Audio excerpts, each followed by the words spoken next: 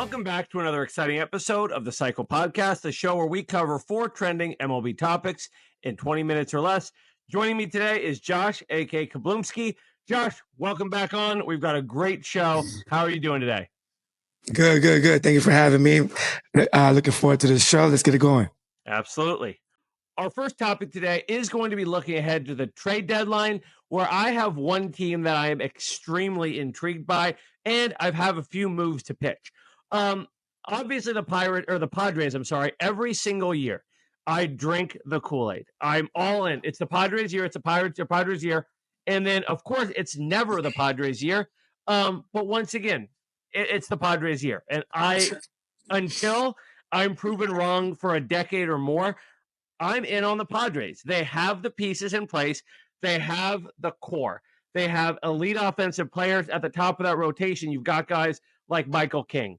You've got guys like Dylan Cease, who has been up and down. They have one of the best bullpens in baseball. And I see 2 pieces that they need, and that is an outfielder to replace or, spell Jason Hayward a bit, who is struggling to say the least. Age is absolutely starting to show. I think the move for the Padres to make is to call the Orioles and fix all of their problems. How would they do that? Cedric Mullins in the outfield, Zach Eflin in the starting rotation. Now you have a legitimate group of 4 on the mound taking you into the playoffs. You fill the only real hole that the offense has,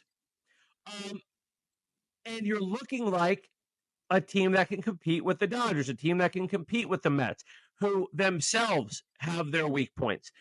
And I'm always a guy who believes if you have a strong bullpen, that is the easiest group to build around.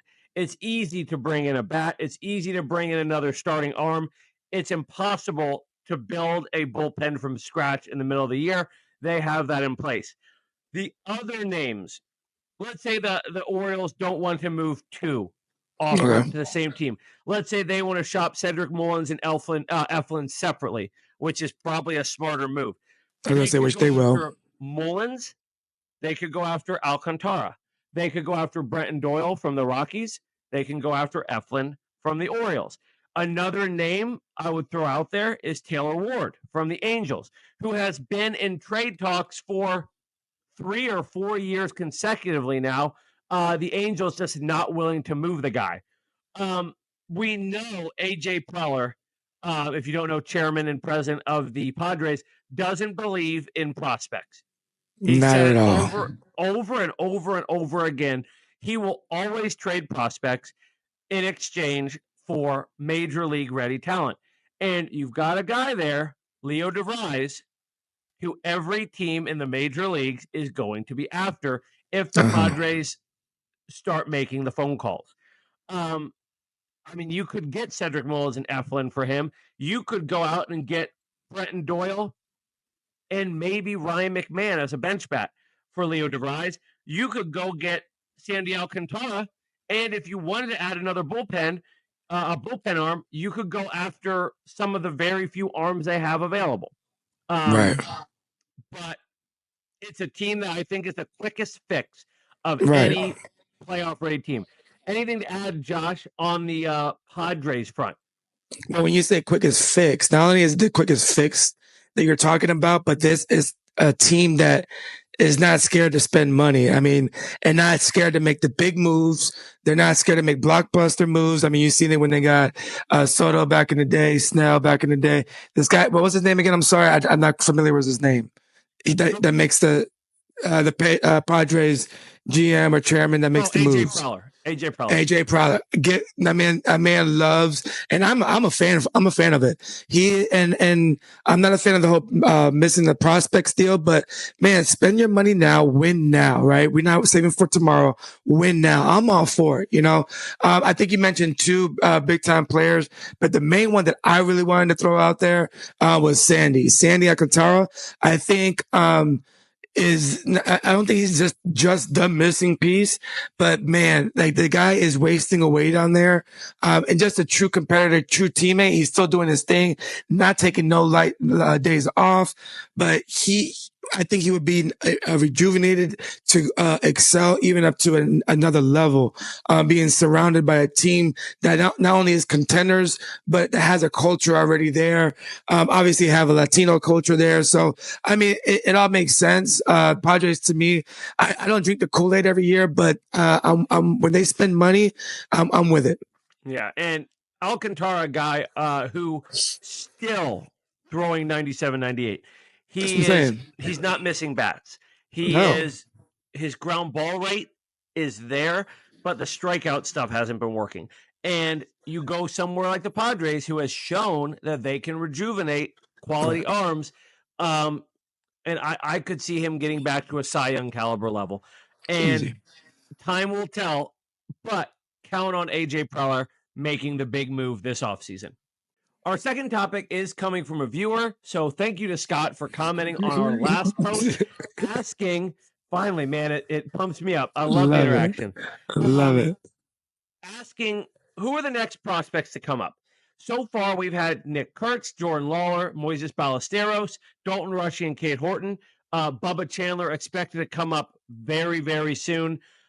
But the next massive domino to fall as far as call-ups is going to be Jack Caglione of the Kansas City Royals. Currently called up for one game. Tuesday, I believe, was his first game in AAA.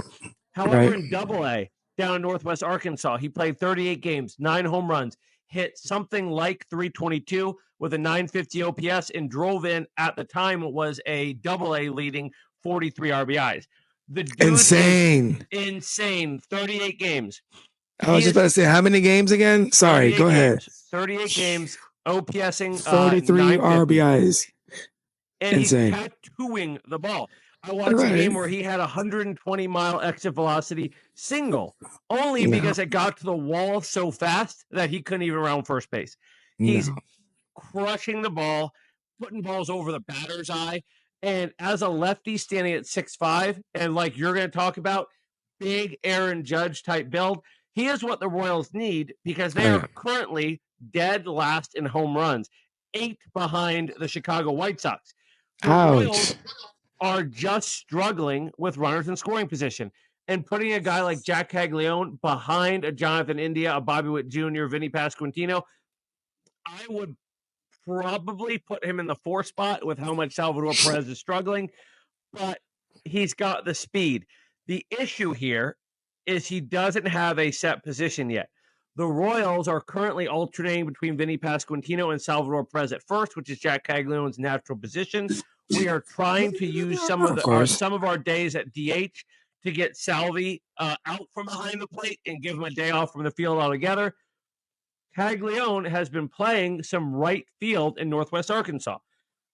I mean, you used to say a guy that's that big doesn't fit in the outfield until we saw Aaron Judge do it. Now you say put him in right field. He's not slow. He hasn't made any major mistakes out there. And this is a guy who pitched in college and could pump it up to like 96 miles an hour. He has the arm strength to play that deep, deep right field in Kauffman Stadium. And the Royals, with probably the best starting rotation in baseball, a bullpen that can hang with anyone when healthy, we are only missing a shot in the arm on defense. And Jack Caglione is going to be that piece that takes the Royals offense to the level where it needs to be to compete in the playoffs. Josh, you are familiar with Jack Caglione's game. Tampa kid, sort of ran in your circles as far as the coaching and the teams you compete with.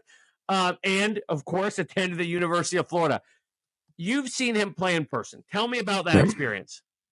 Honestly, you knew the guy was going to be special at an early age, at an early time. Honestly, the thing about it is, you mentioned it before, his size always intrigued me. And the way he played was always a man amongst boys out there. And like you said, I think you said 6'5", but he plays like he's 6'7", 6'8", 6'9" out there. He's just built to his frame. He's full in there. Like the guy is just a complete specimen of a man, especially a baseball player, right? You talk about like long balls too that he's hitting.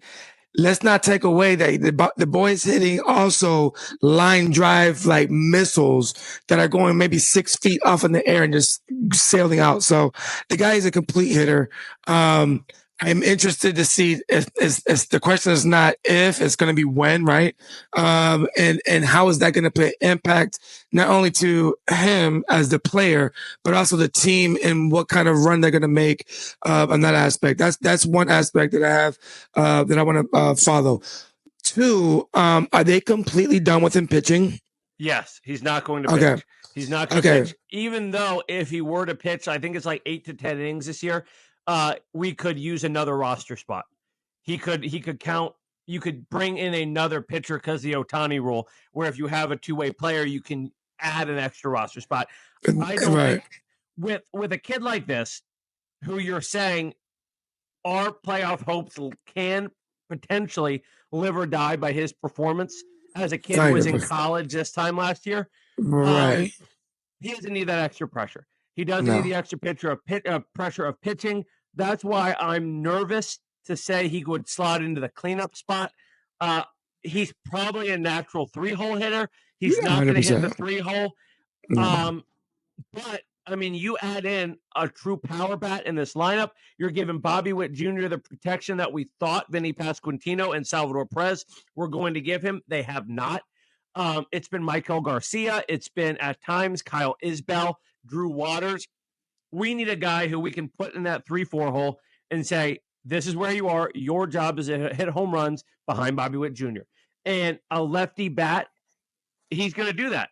Kauffman Stadium is a tough place to hit home runs, but the fact that he's hitting balls 460, 470 doesn't matter what stadium he's playing in. And at an exit velo of 120. That's all I think about is just when's Jack Caglione coming up. I would guess mid-June. I would guess he's up by June 15th.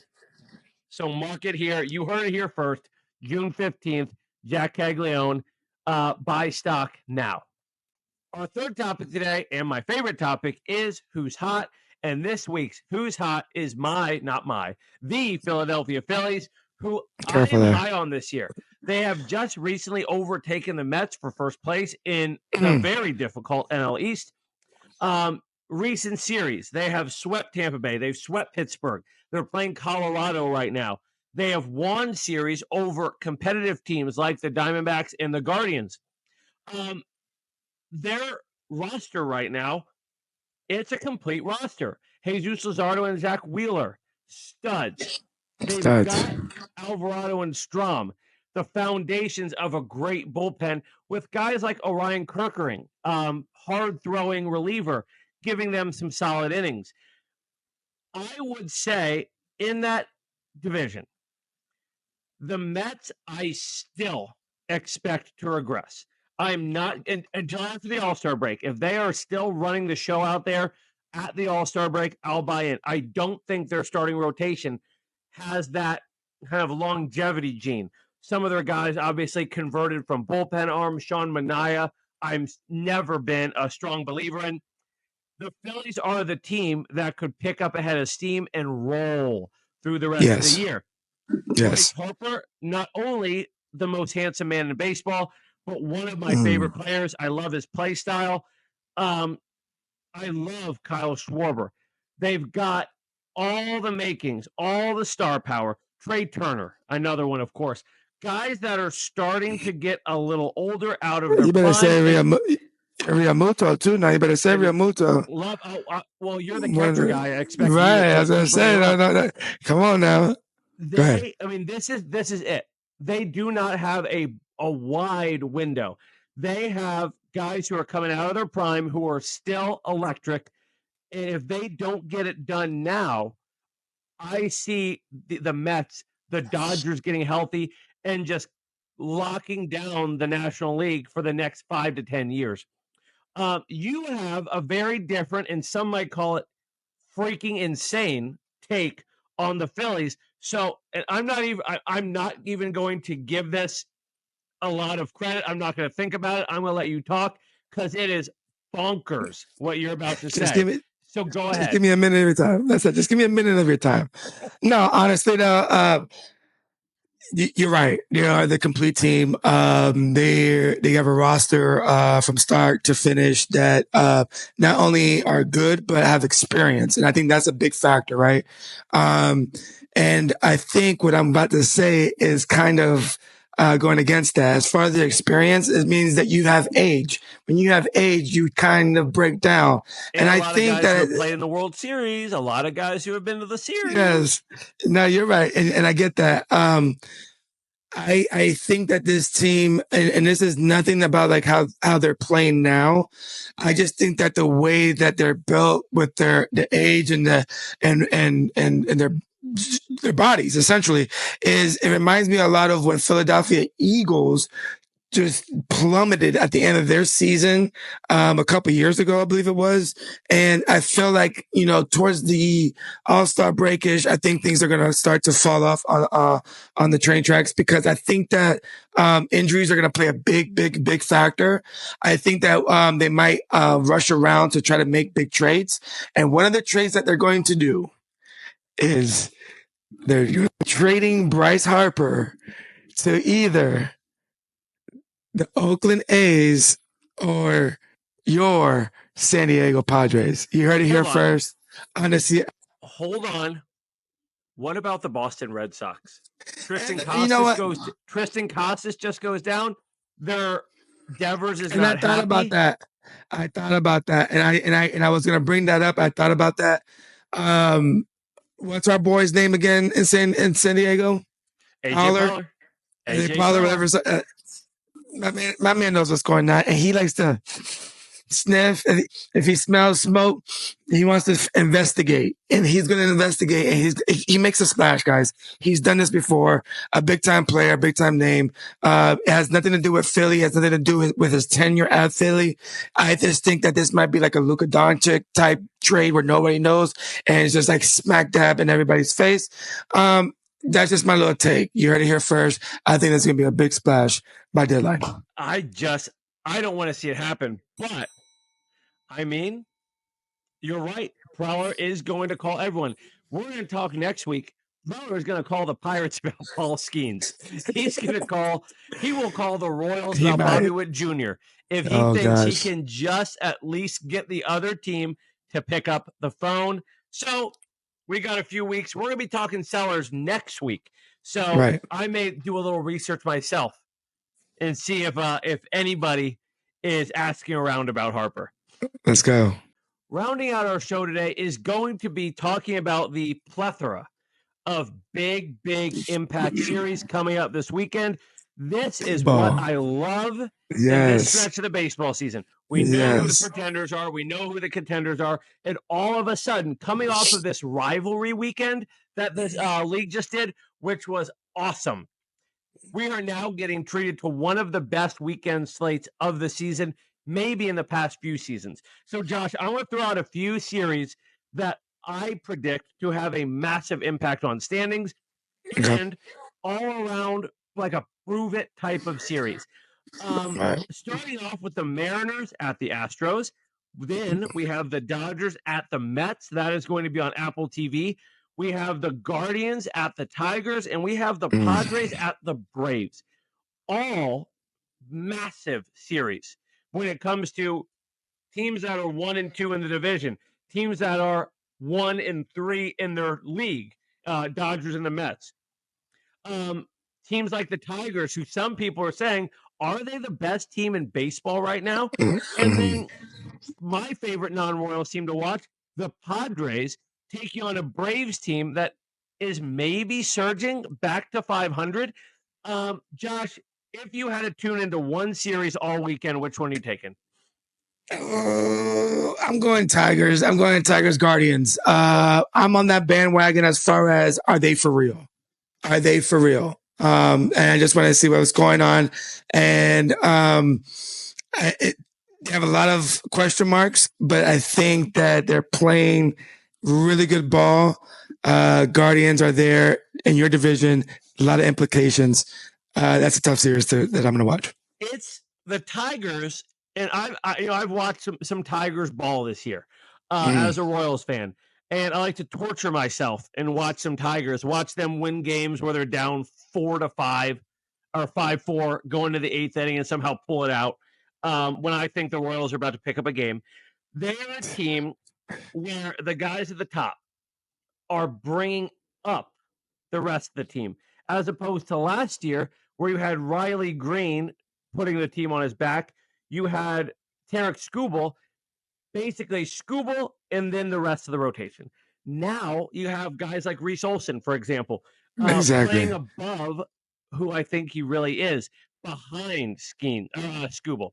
You have guys like Spencer Torkelson back, McKinstry playing well, with Riley Green doing Riley Green stuff. As I said, yep. That is so key for a team who is probably less talented than your Yankees, for example, Right. Red Right. Sox. But that clearly there's a winning culture there. Yeah. The series I want to watch, Padres at Braves, because Padres are hot. The Padres are chasing the Dodgers. They see the Dodgers go into a series against the Mets right now. That's huge. The Giants just dropped a series to my Royals. They go in there and pulverize the Braves. They have a chance to pick up a few games in that division where it's going to be boom, boom, boom, back and forth all year. The Braves, I think, one swift kick in the teeth from a team like the Padres could put them on seller watch, because you have guys like Austin Riley, Matt Olson, who are disappointing in clutch situations, runners on base type of situations. That rotation is not all it was cracked up to be. And your old reliable guys in that roster not giving you the contributions you wanted, yet they're scraping together wins here and there. Padres go in and sweep them. I think we're talking about them next week on our seller segment. Exactly. Mariners and Astros, another situation where the Mariners can absolutely make a statement. Say, we are now the AL West. Astros time is over. Put them on seller watch. And it could come down to a 2-horse race in that division between the Mariners and the Sacramento Oakland Athletics. I can't get over that.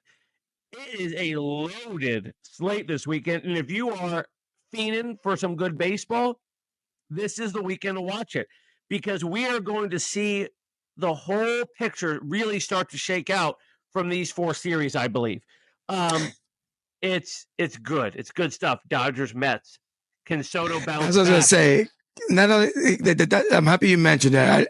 If you were going to mention that, I was going to real quickly interrupt you, because Dodgers, Mets, real quick. I know we're out of time, but that was my World Series, I think, prediction. And wait, you mean National League Championship? National League Championship. And the thing is about that is that when you're talking about the other people in the division still fighting and can still, make a move, that division has a lot of implications right now, guys. And it's going to be a huge, huge one to watch. Absolutely. And you are right. We are out of time. So with that, let's wrap it up. Once again, thank you for leaving us a topic to discuss. Yes. If you're watching, go ahead, leave one in the comments. Like, follow. You can always follow me on TikTok as well. You can find me on Blue Sky. Feel free to message me anywhere. If there's a question you want answered, either on the podcast or if you just want to chat ball, we will be back next week with Josh, like we said, talking about sellers. So if you're interested in that, make sure to tune in. We'll see you next time. Kablumski.